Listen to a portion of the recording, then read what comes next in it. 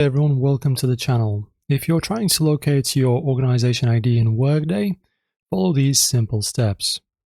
So guys, before I begin, if you want to check it out for yourself and have an actual tutorial in a PDF file, so just type in how to find ID and click on this link from Vassar College right here, and you will be given this PDF file right here that contains the information.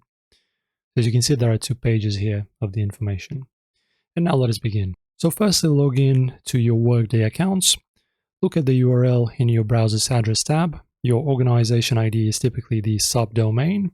So for example, it's going to be before.workday.com. So before is going to be your actual ID and subdomain. So then method number 2, you can find it in Workday settings. You need to sign in your Workday accounts. Click on your profile icon.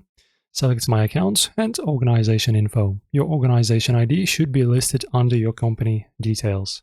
And another method, you can contact your HR or IT department. If you don't have access to the Workday dashboard or URL, reach out to your HR or IT support team. They will provide the correct ID for you.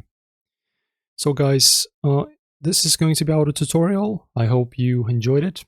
Press like and subscribe, and I'll see you in the next one.